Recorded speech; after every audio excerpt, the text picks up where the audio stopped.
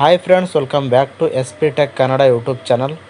ವೀಕ್ಷಕರೇ, ಈ ಒಂದು ವಿಡಿಯೋದಲ್ಲಿ ಕರ್ನಾಟಕ ಸರ್ಕಾರದ ಪಂಚ ಗ್ಯಾರಂಟಿ ಯೋಜನೆಗಳಲ್ಲಿ ಗೃಹಲಕ್ಷ್ಮಿ ಯೋಜನೆ ಆಗಿರ್ಬೋದು, ಅನ್ನಭಾಗ್ಯ ಯೋಜನೆ ಆಗಿರ್ಬೋದು, ಈ ಎರಡೂ ಯೋಜನೆಗಳಿಂದ ಹಣನ ಪಡಿತಾ ಇದ್ದರೆ, ಈ ಎರಡೂ ಯೋಜನೆಯಿಂದ ಹಣನ ಪಡಿಬೇಕಂತಂದರೆ ರೇಷನ್ ಕಾರ್ಡ್ ಕಡ್ಡಾಯವಾಗಿ ಹೊಂದಿರಬೇಕಾಗಿರುತ್ತೆ.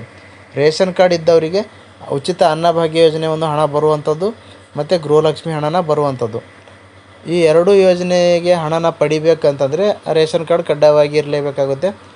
ಹಾಗಾಗಿ ಜನವರಿ ತಿಂಗಳಲ್ಲಿ ರೇಷನ್ ಕಾರ್ಡ್ಗಳನ್ನ ಭಾಳಷ್ಟು ಜನರು ರದ್ದಾಗಿವೆ.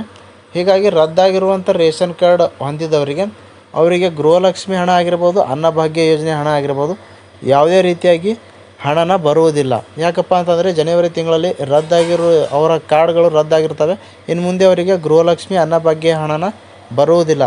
ಹೀಗಾಗಿ ನೀವು ಕೂಡ ನಿಮ್ಮ ಒಂದು ಮೊಬೈಲ್ನಲ್ಲೇ ನಿಮ್ಮ ಒಂದು ರೇಷನ್ ಕಾರ್ಡ್ ರದ್ದಾದರೂ ಆಗಿರ್ಬೋದು, ಅಥವಾ ನೋಡಿಕೊಂಡು ನೀವು ಕೂಡ ಸುಲಭವಾಗಿ ಮೊಬೈಲ್ನಲ್ಲೇ ಚೆಕ್ ಮಾಡ್ಕೊಳ್ಬೋದು.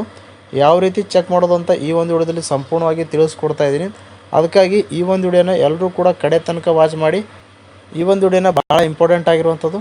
ಹೀಗಾಗಿ ನೀವು ಕೂಡ ಸುಲಭವಾಗಿ ಮೊಬೈಲ್ನಲ್ಲೇ ಚೆಕ್ ಮಾಡ್ಕೊಳ್ಬೋದು. ಬನ್ನಿ ವೀಕ್ಷಕರೇ, ಯಾವ ರೀತಿ ರದ್ದಾದ ರೇಷನ್ ಕಾರ್ಡ್ ಸ್ಟೇಟಸ್ನ ನೋಡ್ಕೊಳ್ಳೋದು ಅಂತ ತಿಳಿಸ್ಕೊಡ್ತೀನಿ.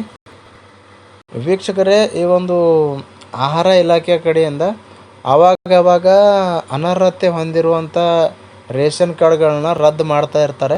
ಹೀಗಾಗಿ ಈ ಒಂದು ಜನವರಿ ತಿಂಗಳಲ್ಲಿಯೂ ಕೂಡ ರೇಷನ್ ಕಾರ್ಡ್ಗಳನ್ನ ರದ್ದು ಮಾಡಿದ್ದಾರೆ.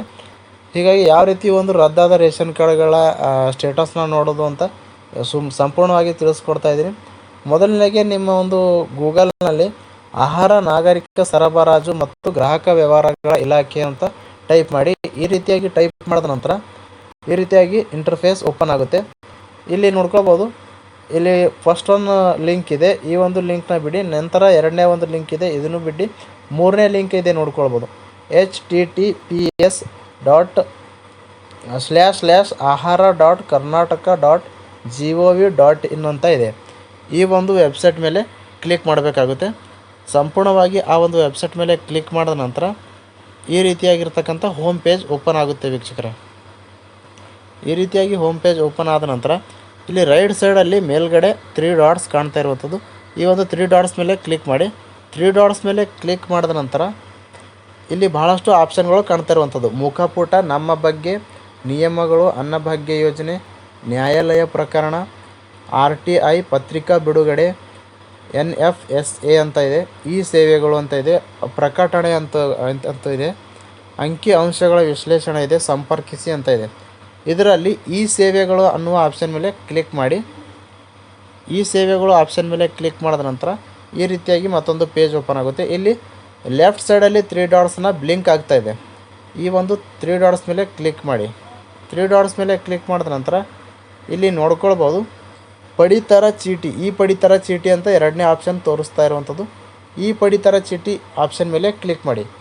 ಕ್ಲಿಕ್ ಮಾಡಿದ ನಂತರ ಇಲ್ಲಿ ಕೆಳಗಡೆ ನೋಡ್ಕೊಳ್ಬೋದು ರದ್ದುಗೊಳಿಸಲಾದ ಮತ್ತು ತಡೆ ಹಿಡಿಯಲಾದ ಪಟ್ಟಿ ಅಂತ ಇದೆ. ಈ ಒಂದು ಆಪ್ಷನ್ ಮೇಲೆ ಕ್ಲಿಕ್ ಮಾಡಬೇಕಾಗುತ್ತೆ. ಆ ಆಪ್ಷನ್ ಮೇಲೆ ಸಂಪೂರ್ಣವಾಗಿ ಕ್ಲಿಕ್ ಮಾಡಿದ ನಂತರ ಇಲ್ಲಿ ನೋಡ್ಕೊಳ್ಬೋದು ಕ್ಯಾನ್ಸಲ್ಡ್ ಆ್ಯಂಡ್ ಸಸ್ಪೆಂಡೆಡ್ ಲಿಸ್ಟ್ ಅಂತ ಇದೆ.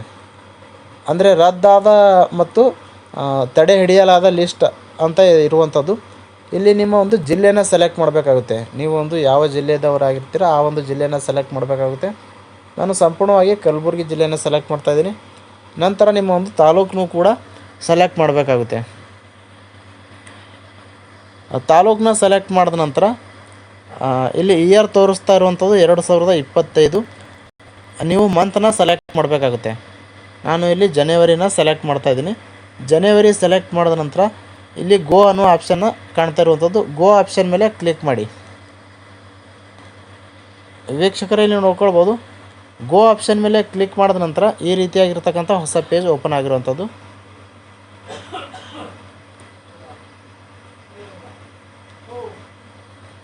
ಇಲ್ಲಿ ನೋಡ್ಕೊಳ್ಬೋದು ವೀಕ್ಷಕರೇ, ಹೊಸ ಆಪ್ಷನ್ನ ಓಪನ್ ಆಗಿರುವಂಥದ್ದು.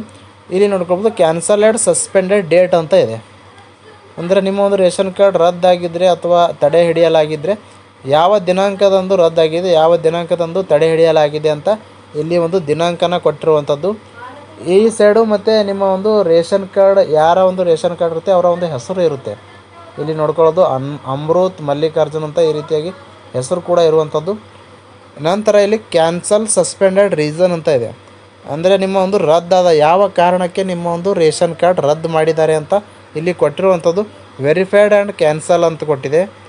ನಂತರ bio not verification, SMS not sent improver card ಅಂತ ಇದೆ. ಈ ರೀತಿಯಾಗಿ ಯಾವ ಕಾರಣಕ್ಕಾಗಿ ನಿಮ್ಮ ಒಂದು ರೇಷನ್ ಕಾರ್ಡ್ ರದ್ದು ಮಾಡಿದ್ದಾರೆ ಅಂತ ರೀಸನ್ ಕೂಡ ಕೊಟ್ಟಿರ್ತಾರೆ. ಇಂಥವರಿಗೆ ಈ ಒಂದು ಜನವರಿ ತಿಂಗಳಲ್ಲಿ ರೇಷನ್ ಕಾರ್ಡ್ಗಳನ್ನ ರದ್ದು ಆಗಿದ್ದಾವಲ್ಲ ಅವರಿಗೆ ಗೃಹಲಕ್ಷ್ಮಿ ಹಣ ಆಗಿರ್ಬೋದು, ಅನ್ನಭಾಗ್ಯ ಯೋಜನೆ ಹಣ ಆಗಿರ್ಬೋದು, ಅಥವಾ ರೇಷನ್ ಕಾರ್ಡಿಂದ ಸಿಗುವಂಥ ಸೌಲಭ್ಯಗಳು ಸಿಗುವುದಿಲ್ಲ ವೀಕ್ಷಕರೇ. ರದ್ದಾಗಿರುವಂಥವ್ರಿಗೆ ರೇಷನ್ ಕಾರ್ಡಿಂದ ಸಿಗುವಂಥ ಸೌಲಭ್ಯಗಳು ಸಂಪೂರ್ಣವಾಗಿ ಬಂದ್ ಆಗಿಬಿಡುತ್ತೆ.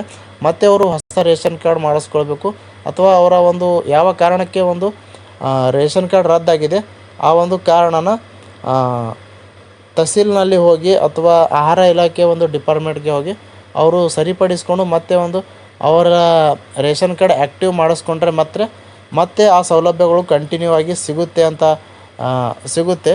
ಹೀಗಾಗಿ ನೀವು ಕೂಡ ನಿಮ್ಮ ಒಂದು ರೇಷನ್ ಕಾರ್ಡ್ ಕೂಡ ಕ್ಯಾನ್ಸಲ್ ಆಗಿದೆಯಾ ಇಲ್ವ ಅಂತ ನಿಮ್ಮ ಒಂದು ರೇಷನ್ ಕಾರ್ಡ್ ನಂಬರ್ನ ಹಾಕಿ ಬೇರೆ ರೀತಿಯಲ್ಲಿ ಕೂಡ ಒಂದು ಸ್ಟೇಟಸ್ನ ಚೆಕ್ ಮಾಡ್ಕೊಳ್ಬೋದು. ಇಷ್ಟು ಒಂದು ಹೊಸ ಅಪ್ಡೇಟ್ ಆಗಿತ್ತು ವೀಕ್ಷಕರೇ. ಈ ಒಂದು ಅಪ್ಡೇಟ್ನ ತಮಗೆ ತಿಳಿಸ್ಕೊಟ್ಟಿದ್ದೀನಿ. ಮುಂದೆ ಏನಾದರೂ ಮತ್ತೆ ಬೇರೆ ಈ ಗೃಹಲಕ್ಷ್ಮಿ ಯೋಜನೆಯ ಹಣ ಆಗಿರ್ಬೋದು ಅಥವಾ ಅನ್ನಭಾಗ್ಯ ಯೋಜನೆ ಬಗ್ಗೆ ಒಂದು ಮಾಹಿತಿನೇ ಆಗಿರ್ಬೋದು, ಸಾರ್ವಜನಿಕರಿಗೆ ಉಪಯುಕ್ತವಾಗಿರುವಂಥ ಮಾಹಿತಿಗಳು ಅಥವಾ ಸರ್ಕಾರದಿಂದ ಬರುವಂಥ ಯೋಜನೆಗಳ ಬಗ್ಗೆ ನಿಮಗೇನಾದರೂ ಡೌಟ್ಸ್ಗಳಿದ್ದರೂ ಕೂಡ ಕಮೆಂಟ್ ಬಾಕ್ಸಲ್ಲಿ ಕಮೆಂಟ್ ಮಾಡಿ ತಿಳಿಸಿ. ಆ ಒಂದು ಕಮೆಂಟ್ಗಳಿಗೆ ಉತ್ತರ ಕೊಡಲು ಪ್ರಯತ್ನಿಸ್ತೇನೆ ಅಂತ ಹೇಳ್ತಾ, ಪ್ರಾರಂಭದಿಂದ ಕೊನೆವರೆಗೂ ವಿಡಿಯೋ ನೋಡಿದ್ದಕ್ಕಾಗಿ ತಮ್ಮೆಲ್ಲರಿಗೂ ಹೃದಯಪೂರ್ವಕ ಧನ್ಯವಾದಗಳು ಸ್ನೇಹಿತರೆ. ಮತ್ತೆ ಹೊಸ ಮಾಹಿತಿಯೊಂದಿಗೆ ಭೇಟಿ ಆಗ್ತಿರೋಣ. ಅಲ್ಲಿವರೆಗೂ ನಮಸ್ಕಾರ ವೀಕ್ಷಕರೇ.